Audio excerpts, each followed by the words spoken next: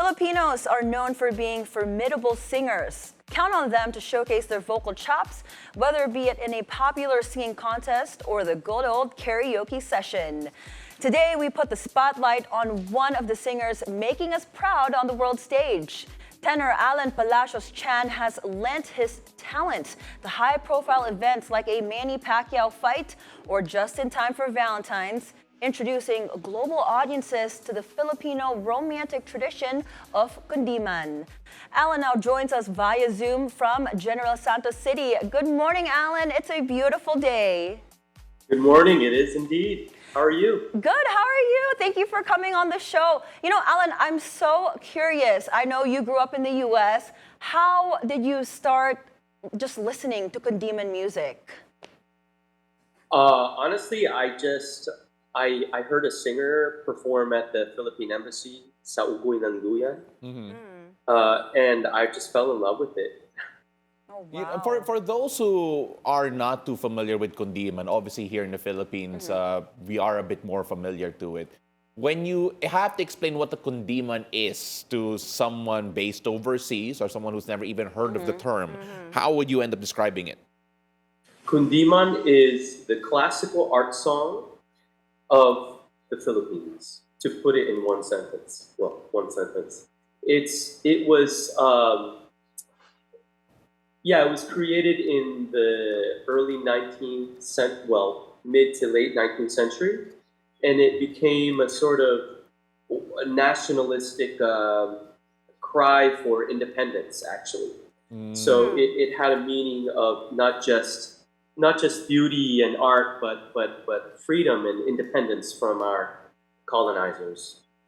Yeah, the freedom and independence, obviously a big part of it. And, it's just so funny how someone who was based in the United States actually ended up championing it. I know you heard it for the first time over at the Philippine Embassy. But then when you started performing it yourself, when you started championing it yourself, just how much did it resonate with you in terms of reconnecting you with your heritage? And of course, is there a level of, I guess, pride and pressure when it comes to championing this relatively traditional art form? Absolutely. The challenge is, I think, most people, this type of aesthetic, this classical aesthetic, is not in their ears, right? It's not what we hear on the radio all the time. For me personally, technically my first language is Tagalog.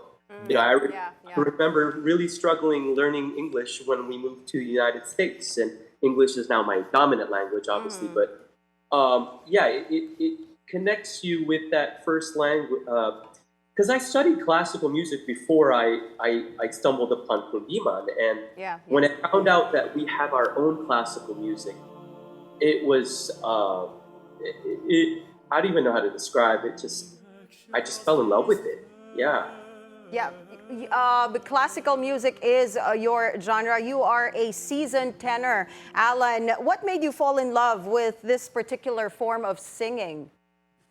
Honestly, the recordings of the great singers like Maria Callas, Pavarotti. I was in the choir in high school.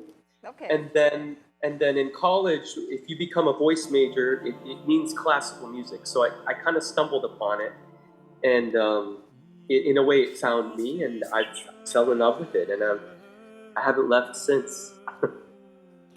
And then at what point, Allan, did you decide that, this is going to be what you're going to do for the rest of your life? This will be your profession? Oh, that's a good question. Well, I was an apprentice at several programs, particularly in Cincinnati with the opera, and just watching the seasoned performers from all over the world, from Europe, from Asia, perform. There's no art form like it. Opera is it's all the arts combined. It's dance, theater, singing. And the rush is it's unmatched in my humble opinion because there's no microphone. It's just you. The audience is hearing the raw sound of you and the instruments. Right. and yeah, I do a lot of new music as well. I'm singing a relatively new opera for Knoxville Opera coming up, and it involves a Chinese immigrant in New York who gets stuck in an elevator, and the whole opera is basically about his psyche because he's actually undocumented, and it's a bit apropos Yeah. if you know anything about our current politics. So yeah, so it he struggles with his, should I call the police? Should I not? Or should I just sit here in this elevator, And yeah, so I love how opera, it's still new and it's still making waves in our society and shedding light on those things that we're too afraid to talk about. Sorry, Alan, we're now showing a footage of the most Filipino thing I've ever seen in my life. Which is, it looks like a family gathering and pinapakanta ka. Alan, I Alright. hope the titas gave you money for this. Is this your family? No, actually, it's a family friend in Virginia. Okay. That actually makes more sense. Yeah, diba? Like, invite the singer. Okay, kanta ka na. Yeah, no, this is so Pinoy. Like, that's why I said in the post, if you are ever invited to a Filipino party, you absolutely have to go because it's gonna be singing, dancing, Yes. everything. No, For sure. You have to go because you never know that you're going to have a world-class tenor performing in your friend's house. That is insane. But okay, we talked about Kundiman a while ago, and Mo, the reaction, I'm sure, must have been incredible, especially from the foreign ones. Yeah, I mean, I'm just so amazed that you're bringing Kundiman to American people, especially Filipino Americans like myself. How did the community respond to your Kundiman renditions, especially since Kundiman is mostly, or I think 100% written in Tagalog? They love it. Wow. Even my non-Tagalog speaking American and foreign audience, oftentimes they say, "Oh, this was my favorite part of the program." I think part of it is I relate to it so personally, and so I feel like they feel that. But yeah, I just came from Hawaii. That's why I'm wearing all this Hawaiian looking stuff. And I did my debut there this past January, and the Kundiman set was, I think, the best.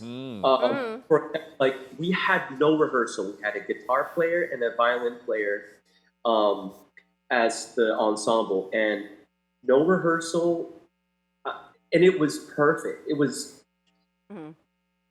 The rush was like, oh my God, these guys are not just doing it, they're nailing it. And it went so well that they actually invited me for another concert.